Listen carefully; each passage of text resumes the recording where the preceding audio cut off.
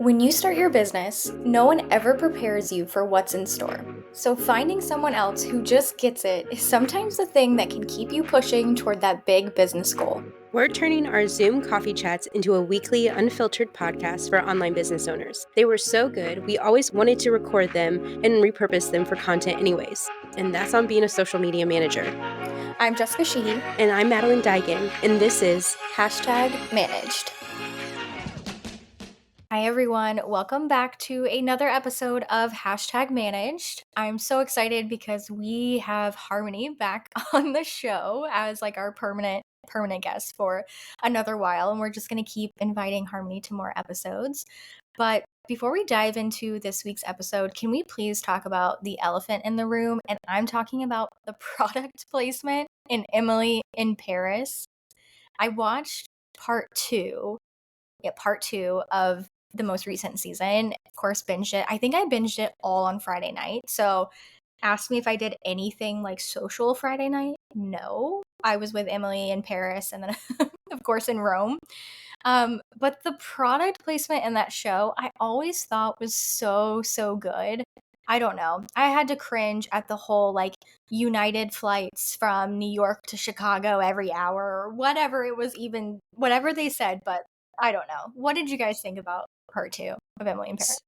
So piggybacking off of that though, it was cringy, but at the same time I laughed because I think all three of us are actually Emily when it comes to our marketing minds are always thinking like the fact that she called Sylvia and Sylvia was like, Emily, like literally go take a break, and she was like pitching this idea and she's like, are they like who's their client, blah blah blah, and she's like, okay, write that down, where I'm like, that is me, that is us, like Yes. it never turns off.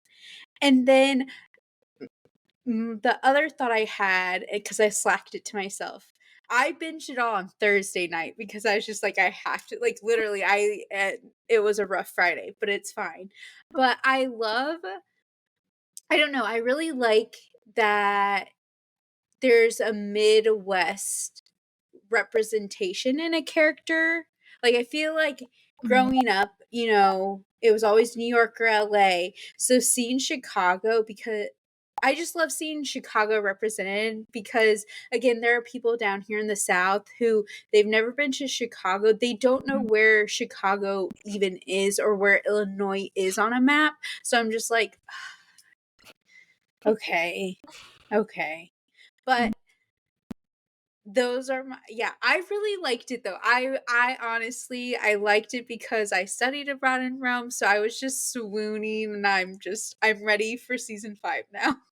No, I feel like they kind of like that should have been its own season, and I wish it was longer because I thought that was better.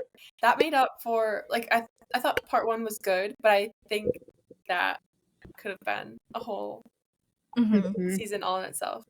Yeah. I feel like when it really picked up, it was like last episode. Or not like the last episode, but it was like, okay, you're done. And I'm like, no, wait, I feel like there's still so much more left to go. And I know obviously that's the whole point, to get us to watch the next season, but I just think it's a lot. I love the part 2 where, spoiler alert, and again, if you're listening to this episode now, you should have already binged Emily in Paris in my book, but I did say spoiler alert, so you could skip. But when they're in Rome and they're immediately like have to create like the Rome office to like make it happen for pitching this client, I'm also like, that is me. Like I get so delusional. I said that. I'm like, that is us. That's #managed. I was like, that so on brand. I'm like, I'm so delusional in that moment that I'm like, done. I'm like, we've talked about it before, like we're all like all or nothing kind of people, and that's who we surround ourselves with too. And so yeah, I'm like, no, I would have made it happen. I would have posted up in like a cafe or like something, or I would just be like, yeah, this is the flagship office, like, oh, we had a water main break, like, but I love that because I thought that really goes hand in hand with the whole point too of like, okay, she's going on Christmas vacation and she's like, we need them as a client. Also me. Yes. So good. Do you guys have any other weekend thoughts, or were we just all like consumed by Emily in Paris?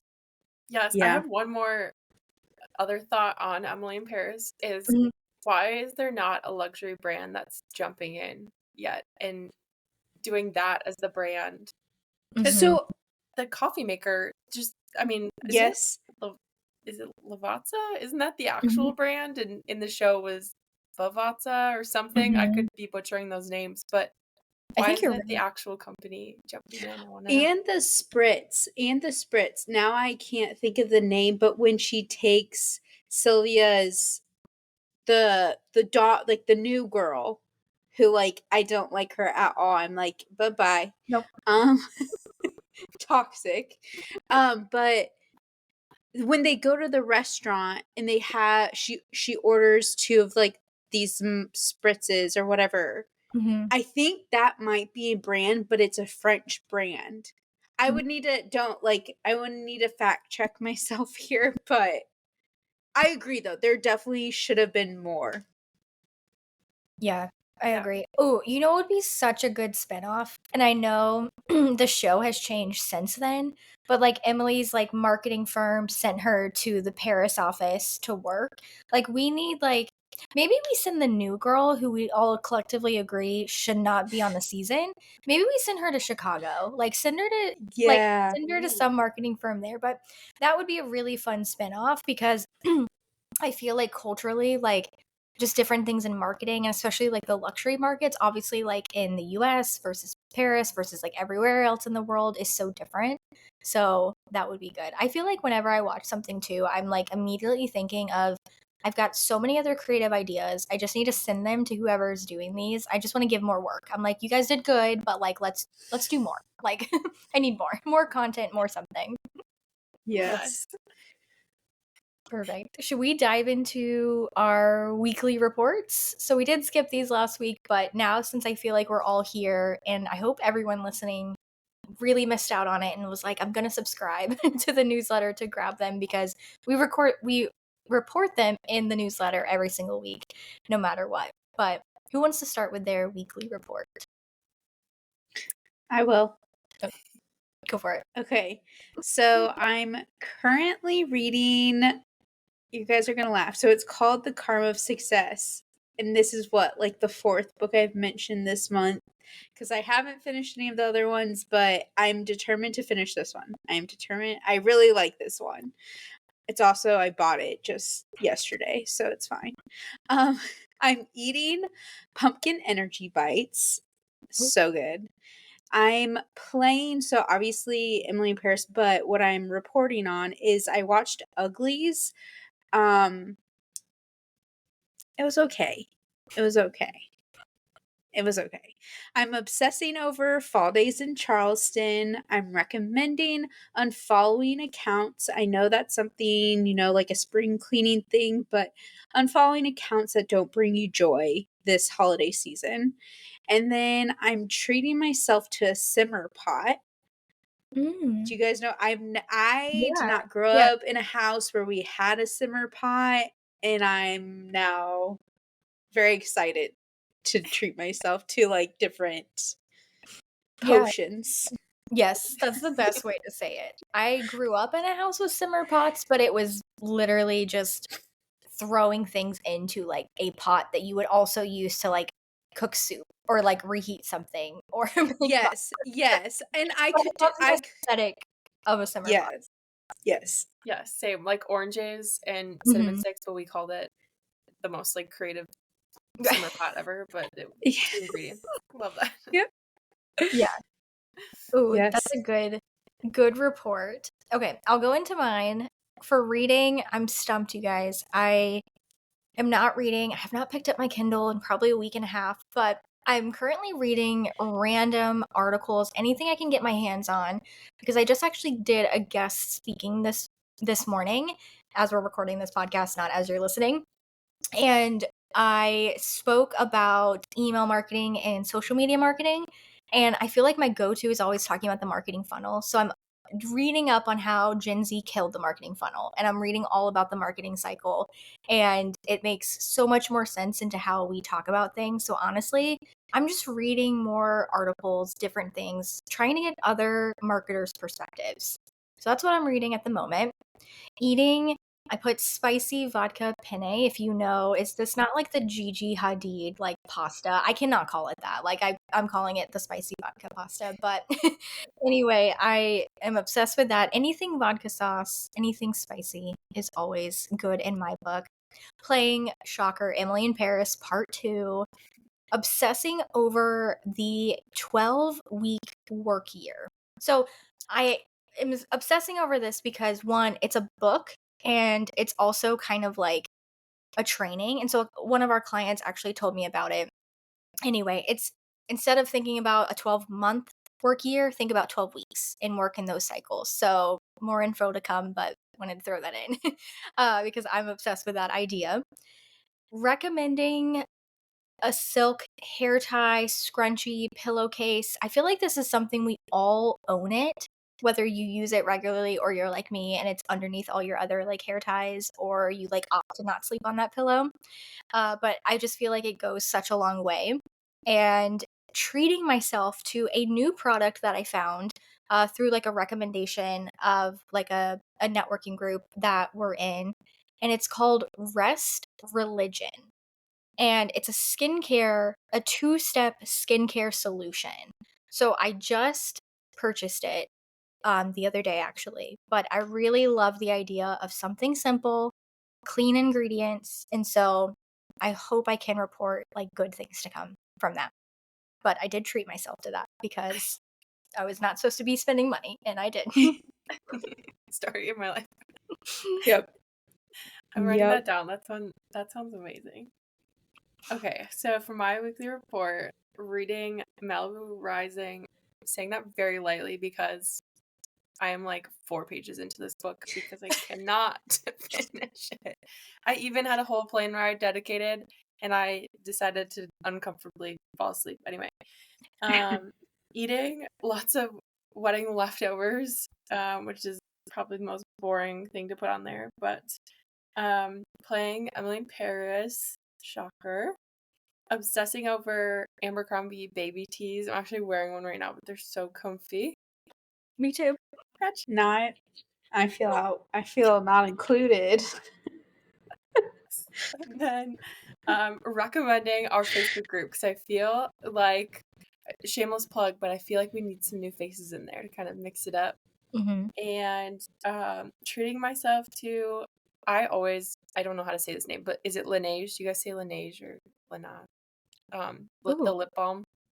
I know exactly what you mean. The peach flavor, so good. Mm-hmm. Yes. That's good. And I also, for the record, don't know how to properly pronounce it. No, no, me either. But I knew what you're talking about. Whereas I think the second I was like, yep. Mm-hmm. Yeah. Oh my gosh, that was good. And if only like, do you guys think that's like, we'll talk about it as we get deeper into the topic, but I feel like that's often a thing that, and again, I'm not saying Laneige, whatever they're called, is a luxury brand, but I often find with like luxury brands and products, sometimes I can never pronounce the names. And I always just think like, is that part of the marketing? We can talk about it, but I think that with even LaCroix, like I feel like I recently watched a video with like the correct French pronunciation of it. It's not LaCroix. Mm-hmm. It's like I'm not even gonna try because I'm just like I say it wrong. Yeah, that's a good point. And even then, that's a brand that, I wouldn't say they're the luxury sparkling No. waters. I mean, no, I can name who would be like a luxury sparkling water, but yeah, the pronunciation of names is always interesting, but I think it's one of those things that always gets people talking, like it gets like the social media like buzzing. No pun intended for the buzzing blonde here. Let's dive into our water cooler for this week. And a quick reminder, we would love please, we're begging, all three of us. We would love to hear from you guys. So you can go on to hashtagmanage.com. You could go into the show notes of this podcast that you're listening to right now on your podcast player and submit a hashtag hotline. We would love to hear any question, anything you guys have. There's really no right or wrong way. And if you're thinking, I don't know what to say, I'm scared to record, send us a DM on Instagram at hashtag managed and ask us like, hey, is this good? Is this great? We would be like, heck yes. And we want to hear from you guys. But Madeleine, do you want to take us away for the water cooler? Yes, and I'm so excited. This is probably my favorite water cooler ever to date. Okay. Has anyone here managed the Instagram accounts for fine jewelry stores?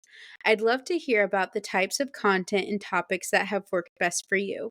I'm currently working with a new client who specializes in high-end opal jewelry and targets higher income and retirees. While I've been researching similar companies, I've noticed that many simply showcase their jewelry with minimal context and brief captions. I'm looking for fresh ideas to engage with specific audience.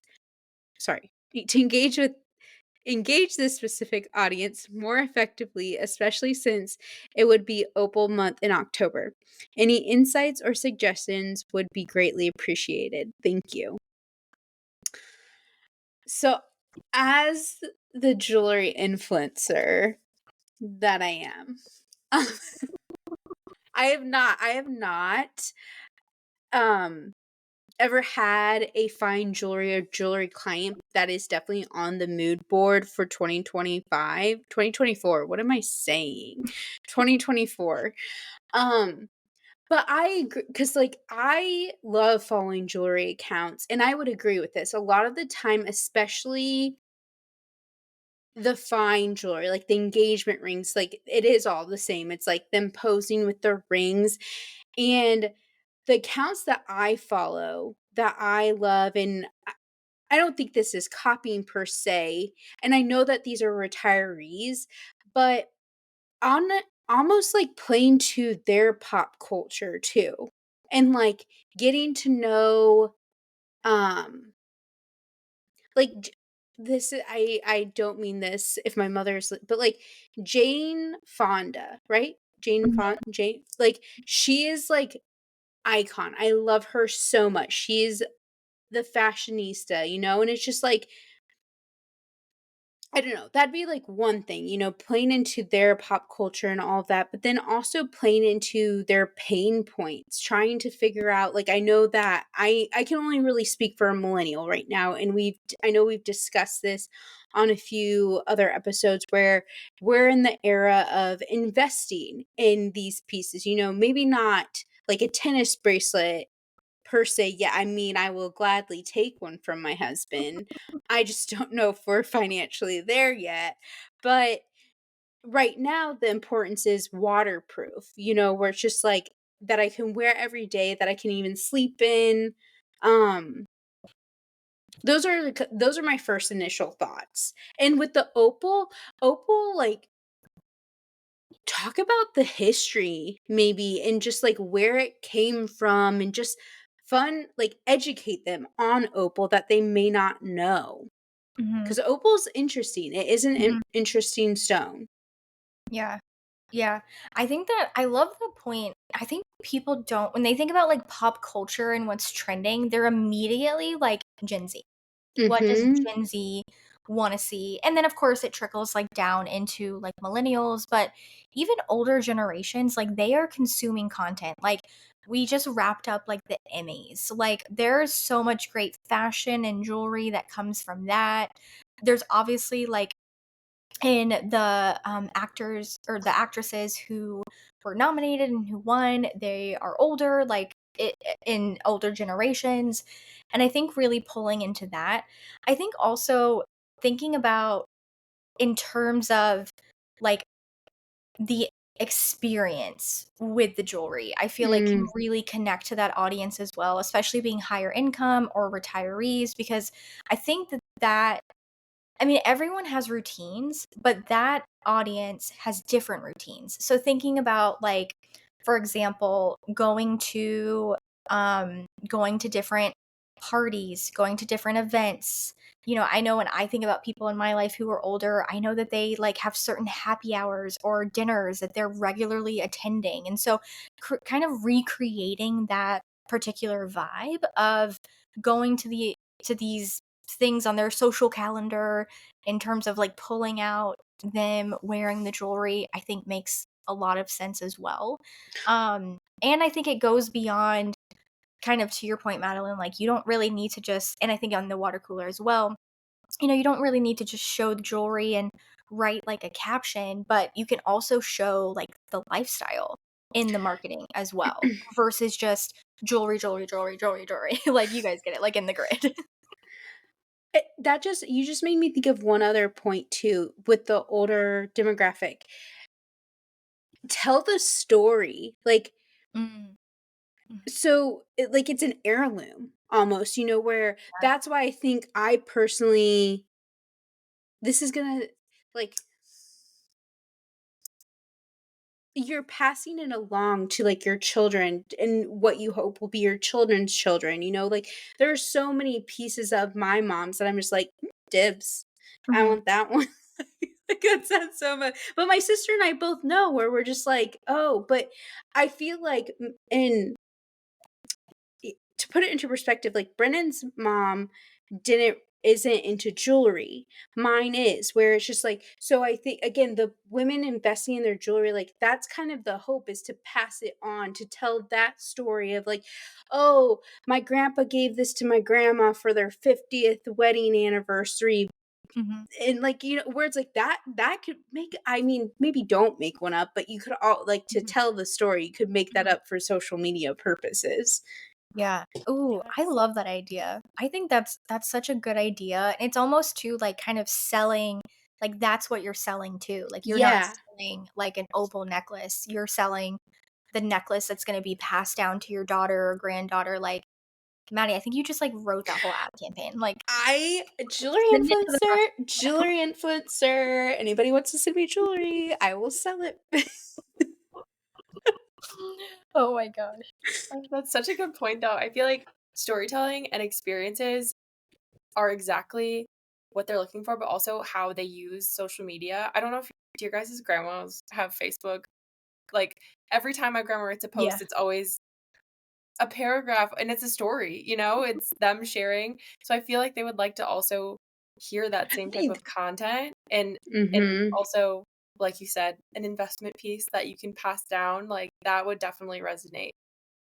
I also think that demographic too. So like with the social media, I feel like with a lot of your call to action, again, I'm like dishing out. Like I'm just like, let me know if you submitted this, I really want to go and support this jewelry store that you're working for.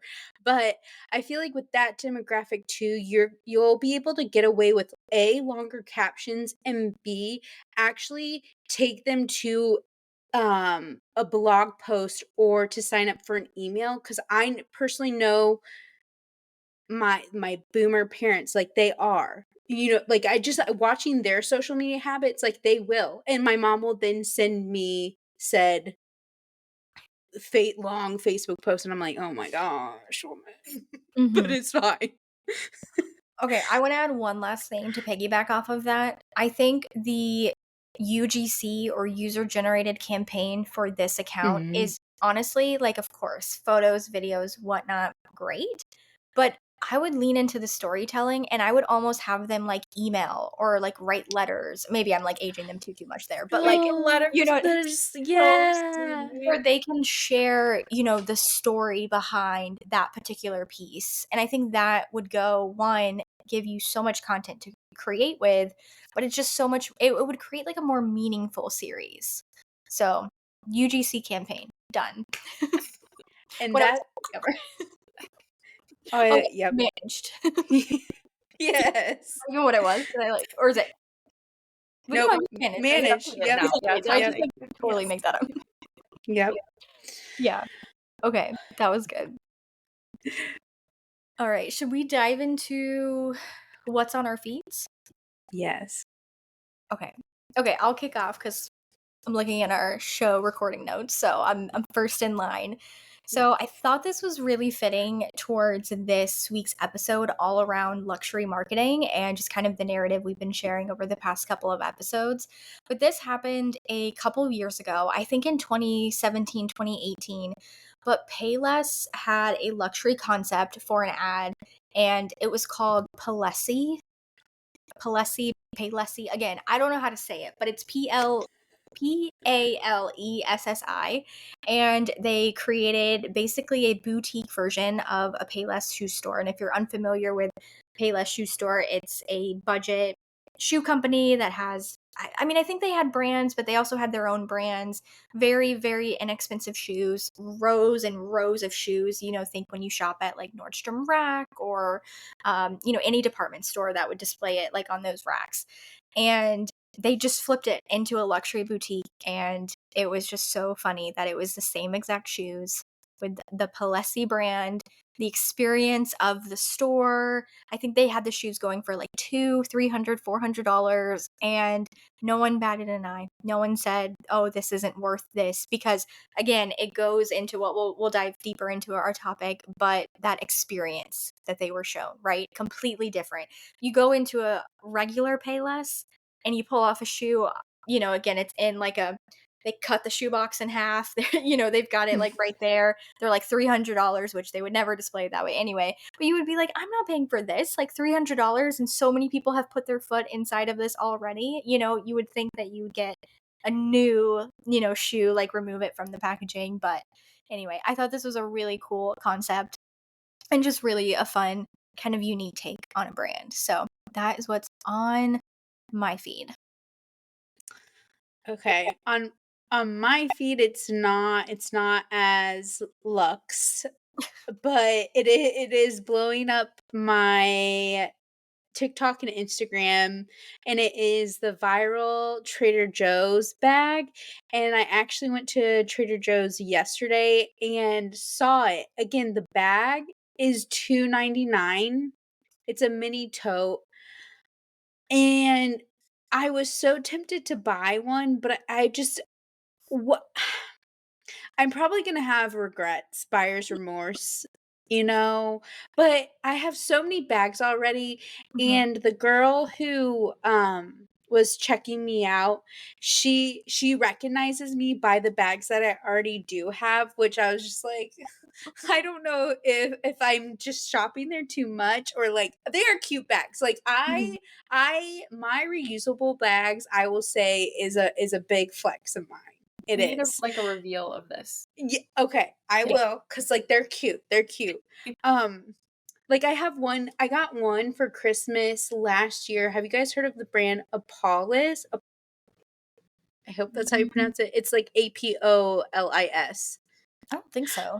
They have really cool, canvas bags. Obviously, I'll link this in the newsletter, but with all that to be said, I think I would have bought it if it was honestly bigger. Like when Mhm. like it was a mini, like I can see girl, like I think the reason why Gen Z's buying them too is just I don't know. I can speak for the Charlestonians because I was witnessing a girl. Like she I could tell she was on the phone texting her friends asking if they wanted one and if like what color they wanted. I'm making this We up, love but that I'm girl in just the friend group though. yeah, Mhm. right. We love that. We love a girl. But how I envision them probably it's like for the beach. It'd be a great like tote bag to put your sunscreen, your sunglasses, lip gloss, like real quick. Not gonna get damaged, whatever. But that is what is on my feed. Can I ask a quick question about this? Is Yeah. this like Gen Z's version of the Lululemon bag for your lunch bag kind of thing? Like, I know it's kind of small, but again, like, well, maybe I Mm. can't say Gen Z's version because my sister, who is Gen Z, is obsessed with her Lululemon bags. Whereas, like, if I'm at the mall and I'm shopping at Lululemon, I'm like really guilty.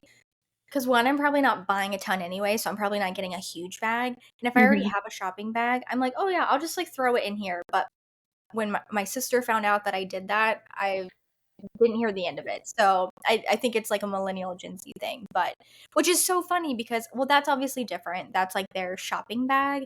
Well, no, I guess technically this is a shopping bag for Trader Joe's too. It's just micro. That's a good point. That's a good. I don't know. I feel like I need to pull that now. I'm gonna pull that. Yeah. Yeah. But because I will use the Lululemon bags for a lunch bag if I'm in a Mhm. pinch. The boutique has this. This will be my last night. The boutique has this really cute, like really bougie lunchbox right now. Though, like it's like $100+, and I'm just, Gosh. you're just exactly. You're like for a lunch bag. You're like The $2.99 Trader Joe's bag is like winning. right, but it's super cute. It's super cute. I just can't find myself to buy it. I'm like, I feel like I'm Story of my too life. messy for that. It would be spilled on in a week, and I don't even know Yeah. how. right, right. Yeah. Okay, I also did not pick a very luxe brand, but I did Olipop in their new flavor Ridge Rush, which is I sent in the Slack channel maybe like a month ago. I got a TikTok ad and it was two farmers drinking Olipop, and I was so confused. And now their Instagram is very like you can tell they're trying to like tippy tap toe you get me into the male demographic. And I think it's very interesting because they have a race car and all their branding is for Oh. this launch is interesting. But then it's also like launch at the same time people were rushing. And then it's like Olipop University and trying to hit that college demographic.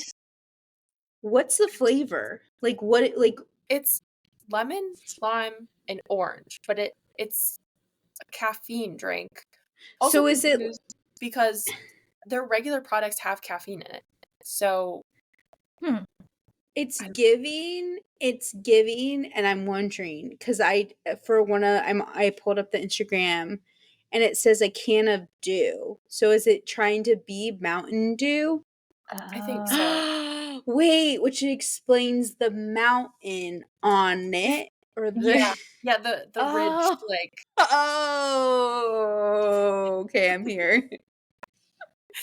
but I just think it's so strange. They take like a similar approach to Olipop where everything turns to that green color and now it's all I see, but I just think the campaign is so different from everything they've done Yeah. Mhm. in Quebec. I would love to know, like, these brands, they never share, but, like, please tell me your, like, marketing data. Like, I wanna know, like, is this, like, crushing it? Like, Mhm. or is whoever on your marketing department who suggested we do this is like, "Wait, are we gonna let them do it ever again?" I mean, now that it makes sense that it's a take on Mountain Dew, because like, again, they've gone after what? Like, a Coke version, like a cola, or like a Duck Pop or something. But Mhm. now, like, going for like a Mountain Dew, which makes sense for that, being more of like a masculine drink. I mean, I don't know, Mm. maybe just everyone I know who drinks Mountain Dew is a male. Yeah, I don't know. And Mountain Dew is like, like race car sponsors. Like, again, there's so much sugar and caffeine and just craziness in it anyway. So Have I you get, tried it, Harmony? No, I can't find it. I also can't find ugh, the that's poppy or is it now I'm getting confused. Whatever the blue flavor is, I cannot find that one either. So Poppy, yep. yeah, yeah, wild berry. I can't find Wildberry, either. best flavor. I just feel like I need to add that for the record, but um, it's okay. It's so crazy. Olipop and Poppy, like no one can ever find like any of these flavors, like anything. But like if I were like Coca-Cola, like, and again, I love the like small business, like, Poppy, like female founded. I'm not sure about Olipop, but like if I were Coca-Cola, my only ad campaign would be like launching like their own version of this type of like soda alternative, which I don't even know if they could say that because they are a soda company, but again, they sell water, juices, all of that. But I would just make my ad campaign like you can find it anywhere. Like that they would have to say Oh. nothing Yeah. else. They just have to say that all, like I everywhere. And then who who owns Bubbler, that brand? I think it's Coke, right? They kind oh of did that yeah. in when it because they sell it in like Yeah. school vending machines and stuff. And they kind of created a similar campaign, but I think they should do it with sodas because that one is more sparkling water when that was Yeah. trendy. Yeah. Okay, this is so random, but like on the same topic. So, because we're talking about like Coke, right? And like like Diet Coke, like how you can find your Diet Coke anywhere. I find it interesting, and I guess like I knew this, but as we're talking about this, so Diet Coke, Coke Zero, they all have their own Instagram accounts. And if you think about it, that is such a specific niche. Like you are like that is a lifestyle to me. Mhm. Like I guess this could kind of go into our topic of the day in a way. Stay with me here, but like just your personas that you like the Diet Coke, and I feel like right now the girl dinner, the girl lunch is like you have your Diet Coke with your Caesar salad and your French fries. But and obviously that's very millennial Gen Z coded, but again, Diet Coke, like the grand, like it's been around. Like there are still the old ladies out there who are drinking their Diet Coke at these bougie resorts. I don't know. Sorry, we could totally take all this out. This is a random Maddie rant. No, we're keeping it in. It's great. I'm like, I feel like every time I do think of like the Diet Coke ads, because they do separate in their ads also between Diet Coke and Coke Zero, right? I feel Yeah. like yeah. for Diet Coke, it's always the, I don't know, like Palm Springs by the pool, Mhm. and she has the Diet Mhm. Coke with a straw because Yeah. that's how you do it. And I feel like it's very different. Everyone, even though it's not as notable as M&M's, how they create a persona for each, it's still Oh very yeah. subtle, you know? So Yeah. that I think that's where I'm just like that's what I was trying to get at is will there be a point maybe one day where both Olipop and Poppy, like their best sellers, like Mhm. take on their own where it's like becomes the Coke, becomes the Dr. Pepper, Yeah. you know? Yeah. Yeah. Yeah. Ooh, that's a good point because I feel like right now they're like competing so much for like market share that they're just like pumping out like all these like different flavors. And I feel like even if you have a similar flavor in Poppy and Olipop, like they're drastic and both are very Mhm. different. Maybe that's just like my own taste buds, but that would be interesting. Like if one kind of like out competes or outwins the rest, and then that is like, but like would that be like the Poppy or is it like Right. pop? Like, I mean, I guess it could go either way. Like, I mean, but like the my favorite Poppy, the wild berry, like, is it the wild berry or is that I don't know. It could go either way. Yeah. Yeah. That's a good. I like that Maddie thought. That was good. Okay, okay. Just, here for the entertainment. Oh my goodness. Well, I know you were segueing into the topic, but we can Trying actually to. get into it now and go from there. So obviously we're talking about all things luxury marketing. And do we want to start off with like defining what luxury marketing actually is? And I don't know if either of you have that. I Full I disclosure, I do not. I wrote down just like 3 words, and I don't know if these Mm, are just in my brain or not, but I feel like when I think about luxury, I think credibility, exclusivity, and experience. I don't know if you guys agree, mhm. but Yeah. no, I would I actually think that is you just summarized it perfectly because so by definition it's the state of great comfort and extravagant living, but in my marketing book from college it went into like how one define like you can define luxury in multiple ways, and I feel it all comes back to those 3 words. And I would also say wait, say the 3 again. You said credibility, exclusivity, and experience. yes. And I think what by definition, what they all would probably include is the exclusivity. Like, because having small amounts of it, Like in Emily in Paris with the goat. What was her yeah, name? yeah, Oh, yeah, yeah. yes, Yeah, yes, that's a yes. No, great like that was exactly like that. And I will say that with majority of luxury brands too. Bringing it back to that point though, what I loved, this is something I think the show got right when it comes to luxury marketing, is oftentimes it is a family owned business that they keep it in their family and remember why they're why. And I thought of Hermes. Mhm. Again butchered that name. You all know who I'm talking about though. But very similar to me. I think I would put them in that category. Well, they are in that category, but with the clothing and luxury good. Yeah. Yeah. Yeah, that's a good point. Yeah, they're always staying like really true to like their roots. And I don't know if you guys agree with this, but I often find that when I see luxury brands or like luxury marketing campaigns, in my head they're simple.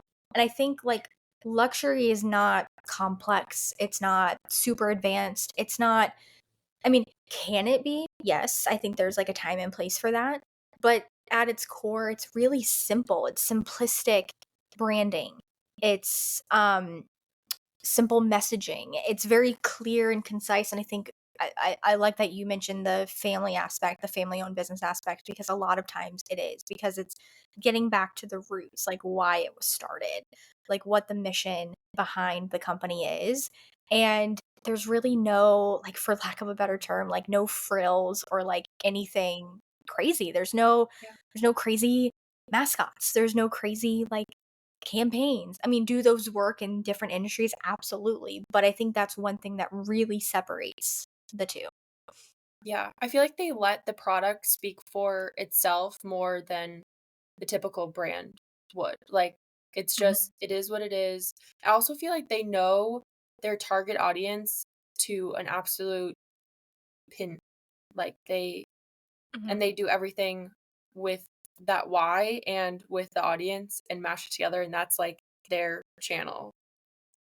My favorite, it's not a quote, it's literally 3 words in this book though. And it's like one of the first pages and it says luxury is culture. And I Mm. feel like that is, where it's like just with the goat, where that is they built a whole village Mhm. and that is their culture. Yeah. I don't know. Yeah. Yeah. And I loved how they really, that was something that my marketing brain was really happy when I watched that, when they were pitching kind of like, well, what can we do to like modernize our marketing but also like stay really intact to our roots and what our mission of our company is. And again, it was selling the experience. It wasn't even selling the cashmere sweaters or clothes. It was selling the experience of the town and everything that it's created. And oh yes, does that town produce cashmere sweaters? Absolutely. But it goes like so much more beyond that. And I thought that was such a good thing, I think, for the writers to include in that episode to make it more realistic, which I think was kind of like our feedback too from like part 1. They were listening. Yeah, they were. I Again, we're all very delulu in thinking that they were. So that's what we're going with. I like that you said like Hermes like being like an example. Um I feel like I was trying to think of like local brands to me that were luxury, and of course as I was like planning for this episode I couldn't, but I guarantee I will go find them tomorrow now that I've Oh, talked about it. But I I do think that like local can also do a really beautiful job with luxury marketing. I wish I had an example, but I have 2 if you want okay. some because like Yeah. Yeah. Charleston, like what I've seen, like, oh my gosh, like just walking, and you guys have walked down King Street too, like where it's just like each store has its own history, and even the boutique that that I work for, it's in this old pharmacy building, and just it's wild. But the two that I can think of right now, one is called Brackish. I can include it, but I'm looking to see if it says how long they've been in business. Okay, maybe not a lot, but they do ties and bow ties and hats, but often a lot of their stuff has been featured on red carpets that you wouldn't even expect. Mhm. And then the second one I'm thinking of is it Ben Silver? It was in Yes. Yes, Ben Silver, and it was in, Outer Banks, like, where John B. and Sarah go to get it's first season where they go to get John B. a suit. Now, like, I don't know if it's because of the show that it's blown up, but you have to, like, make an appointment now, but JFK, like, he went into so, like, again, I love when the stores, like, will tell, like, there have been so many people in history who have been in these stores that are still Mhm. around. I'm like, "What?" Anyways, so those Mhm. are 2 that I thought that I'm sure Mhm. there are a ton more in Charleston, but those Yeah. are 2 that I can think of. Yeah. Those are good ones. Yeah, I those feel are good like examples. it's also interesting in the different categories of luxury. Like, I feel like jewelry, perfume, cars, and then I also feel like some restaurants fit into that too. And I think Mhm. it's really interesting how they each take such a unique approach, but still has that luxury feel. Does that make sense? I don't know. Yeah. Yeah. Yeah, I agree because I think, like, okay, I wanna pose this question. Do you guys think that, like, every industry can have, like, a luxury take, like, a luxury brand within it? Like, okay, could there be a luxury, like, marketing well, okay, yeah, duh, we watch Emily in Paris. But, like, you know what I mean? Like, could there be it, like, in any industry, do you think? I feel like you can create luxury marketing with the experience, but Mhm. I don't know if like every brand could fit. I don't know. That's a good Yeah, question. yeah. I think that's a Definitely something to pull. Yes. yeah. Yeah, absolutely. I agree. I think that kind of goes like I know we talked about another question to pose like high ticket versus luxury. Like high ticket sales versus like luxury. And I think from my experience the biggest difference between that is it all comes down to the experience because I think just because you're spending high ticket does not mean that you're getting a luxury good service experience. And so it I don't think it goes hand in hand every time. Most of the time I think it does, but again, it all comes back down to like what you're receiving.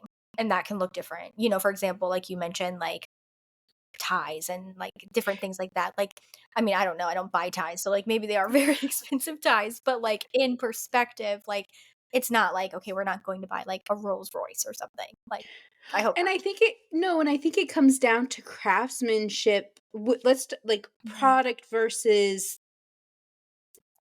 like a service based business, Yeah. where the product base you're going to these other countries to like get your resources, and I can't think of the word that I'm looking for, but I think that's what has bothered me. I feel like in today's world, we throw around luxury mark. Again, I'm speaking from my time with salons, because I will say that is maybe one industry in particular who I see and hear throwing out luxury all the time. And there's nothing wrong with that, but I have this conversation with clients too, to like, I agree. Like, you want to give them a luxury experience, but we need to really discuss what is luxury, because I have had clients in the past where, to me, the luxury hair products are Orbay. And, like, to me, Orbay is one of, like is, like, the creme de la creme, essentially, like, it's pretty expensive, yeah. I will say Davines too, but again, Orbay versus Davines, like, they're different price points. So when somebody comes to me and I'm trying to think of a let's just say it's like a Target brand shampoo and conditioner, where it's like, but you're saying you're luxury. And I'm like, you can give them this luxury experience. But again, there's just so many tiers to it, I think, you know? Mhm. Yeah, Yeah. I agree. I always think of it as like car shopping, like car prices are crazy, you know? Mm, Like you can have a $70,000 car, but that's not luxury. Mhm. And Yep. I just think that's Maybe. wild. Like you said, like the different price points matter, but also like you said, it needs to be looped in with more than the price. It's the quality, it's the experience, it's all of it pieced together that creates the luxury feel. Mhm. mhm. Yeah. Yeah, I agree. I wanted to share this because it just popped up like on my podcast like library of episodes. And I can't remember the specific name of the podcast, so I'll have to go pull it, and sorry, shameless plug for the newsletter, but I don't remember, I really don't. But it's a the podcast host is in the wedding industry, but she has such a great way of like speaking through a lot of topics. And she has a guest on and they talk about luxury marketing and branding. So, of course, this is more specific for the wedding industry, but I think that that's an industry that, again, weddings, again, high ticket, but not always luxury. There's like a big difference kind of in that. And one of the questions they posed, which I wrote it down because I thought this would be really good to talk about, is like luxury branding for businesses. Like, what does that look like? And the big thing that they talked about was how, in their perspective, it's neutrals, neutral Mm. branding, maybe black and white, like photography, videography, maybe just black and white branding or typography. And I just thought that was such a good question because obviously Madeline with her graphic design background, I'm like, I need to get your take on it. But what do you guys think in terms of like luxury branding? Like, does it have to be neutrals? Do you have any like thoughts on that? I don't think it needs to be neutral, but I think you're going to invoke the emotion and subconsciously get more respect. Or, like, subconsciously people will be like, "Oh, this is luxe, like, this Mhm. is luxury." Mhm. 'Cause you just think of I think a lot of that has to do with psychology too, and, well, obviously it does, but just thinking of brands that have been around for hundreds of years, like, all they had was black and white in the typefa so Mhm. they kind of knew what they were doing. Mhm. Yeah. Yeah. And So I think the same can be said too, like just because you choose like a neutral like color palette or make a mood board that, evokes a specific emotion doesn't always correlate to you have a luxury brand. So I feel like it can really go both ways. Like I agree, yes, it evokes that emotion and people are going to think like yes, this is a luxury company and it looks a specific way. I think I was trying to think like I don't know why this is the number one thing in my head for this, but for like a brand that uses a color like Tiffany, mm, like, obviously, we all know Tiffany blue, and so to me, that's a that's kind of a yeah. crazy color depending on who you ask. I mean, obviously, you see it in that little box format, and anyone and everyone around the world knows what that is.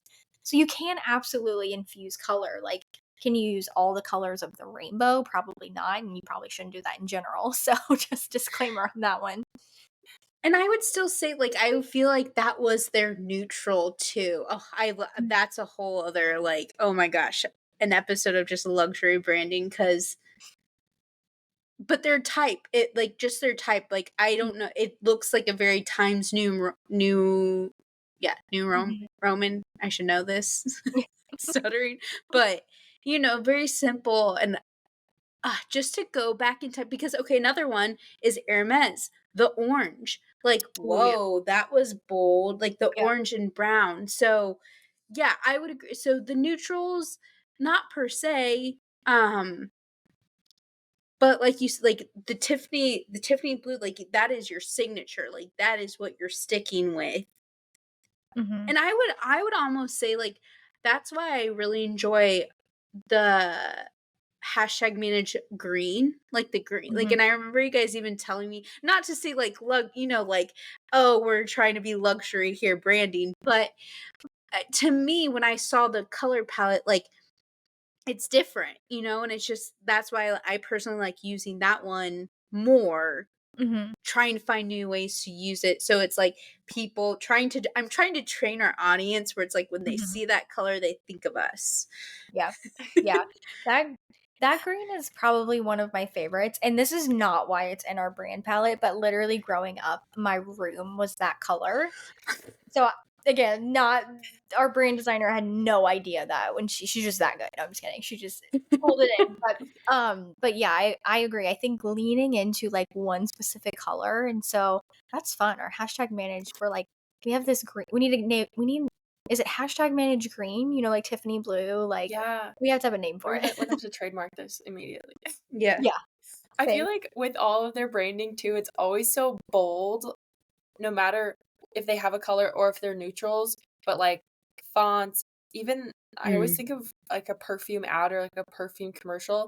It's always Mhm. just the name and no like Mhm. really explanation. It's just so bold in your Yeah. face and confident. And I feel like that's how they always get away with if it's a signature color or if it's neutrals, you Well, know? because it's the storytelling too. Like, thinking about perfume, like really, like it's not many words, but I'm just thinking of like Dolce.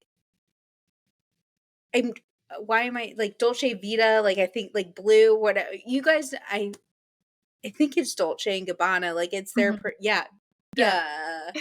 But they're one like it's their light blue or whatever, and they're like in on a beach. It's this man and woman, and it's just like that's what they're selling. Like that is what they're trying to set this seduction, and it smells really good. Like I've bought it in the past, but I'm not on a beach, like But it's like mood boards, I think too. Mhm. Like I'm Yeah. gonna put that there is one. There is a fragrance on my mood board. I'd have to find it. Anyways. Oh, that's good.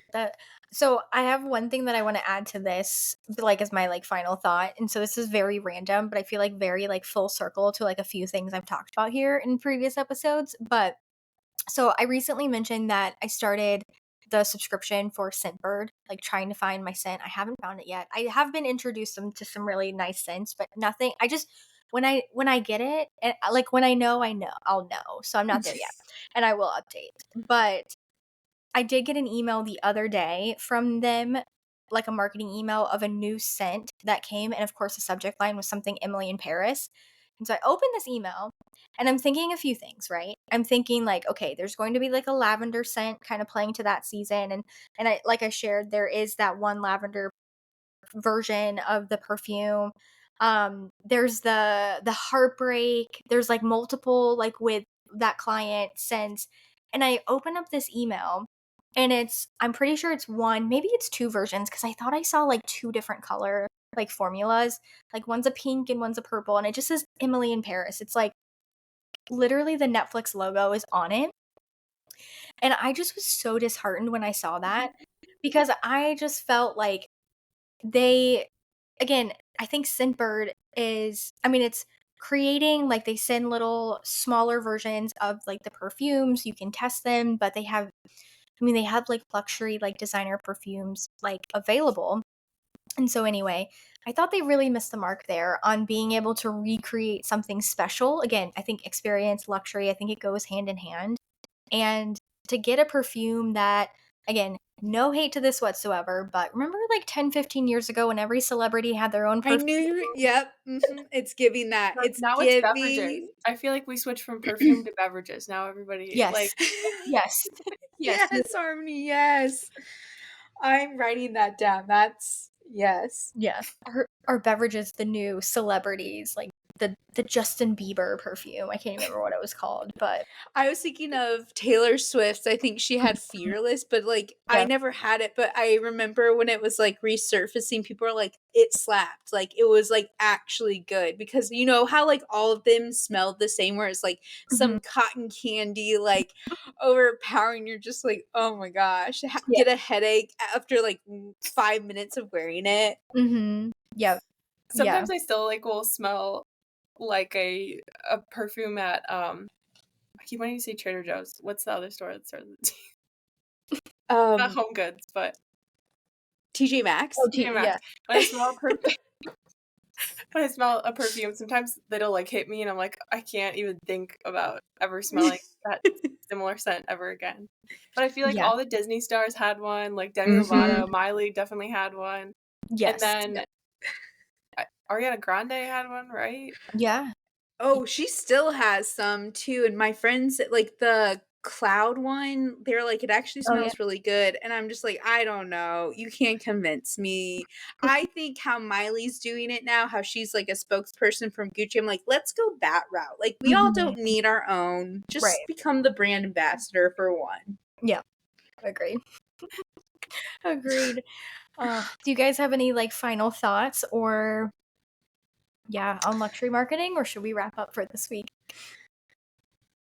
I think I'm good. I think we can wrap it up. And if you all would rate, review, subscribe, like, follow, it means the world to us. Our handles are the same on every single platform, I believe, #managed. And we will catch you on the airwaves next week. Thanks, Oh everyone. wait, PPS. You still have time to vote for your favorite accounts for the #manage awards. You have at this time of this coming out, you have 1 week left. Closing ends on September 30th, Monday, September 30th. That's Thank you. all. Thank you for cutting me off for that because I forgot that as well. So thanks everyone for listening. Thank you, Harmony, for being our permanent guest on the show. Happy to have you back, and we'll definitely have Harmony back in the future. So thanks everyone for listening, and we'll catch you all next week, as Maddie would say, on the airwaves.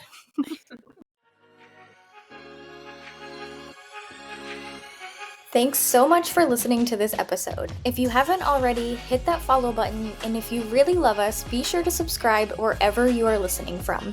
And if you want to be one of our online besties, you can shoot us a DM over at #managed on Instagram and let us know what your biggest takeaway was from this episode.